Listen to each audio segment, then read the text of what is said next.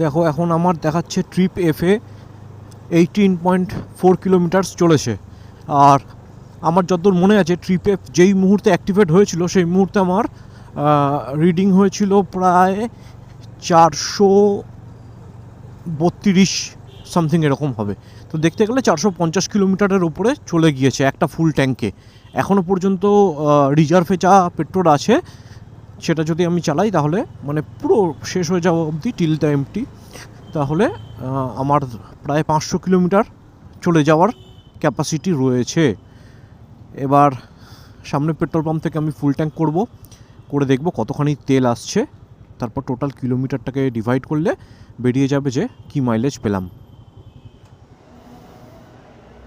তো তোমরা দেখতে পাচ্ছ 454 কিলোমিটার চলেছে আর আমার 11.70 এসছে।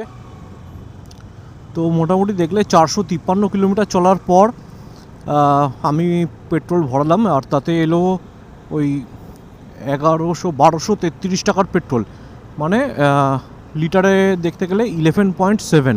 এবার তোমরা নিজেরাই ক্যালকুলেট করে নাও যে 11.7 লিটার তেলে আমার 453 কিলোমিটার গাড়ি চলেছে, তাহলে কি মাইলেজ দিচ্ছে। E20 আসার পর মাইলেজটা একটু কমেছে, আমি নিজেও সেটা ফিল করি, কারণ আমার E20 আসার আগের কথা বলছি, যখন বাইক কিনেছি 2022 সালের শেষের দিকে, তখন কেনার পর এবং 2023 সালের শুরু থেকে প্রায় শেষের দিকটা 2024 থেকে মনে হয় E20টা এসছে, 24-এর মাঝামাঝির দিক থেকে। তো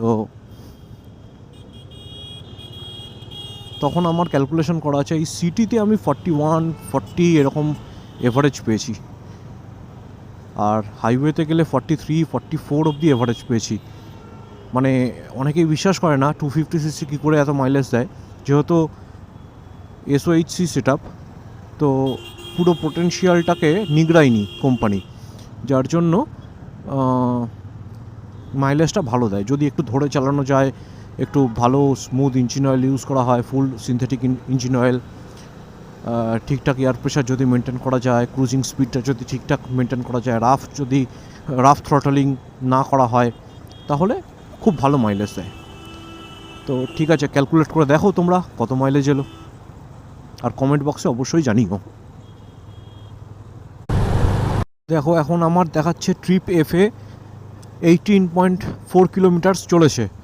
আর আমার যতদূর মনে আছে ট্রিপ এফ যেই মুহূর্তে অ্যাক্টিভেট হয়েছিল সেই মুহূর্তে আমার রিডিং হয়েছিল প্রায় 432 সামথিং এরকম।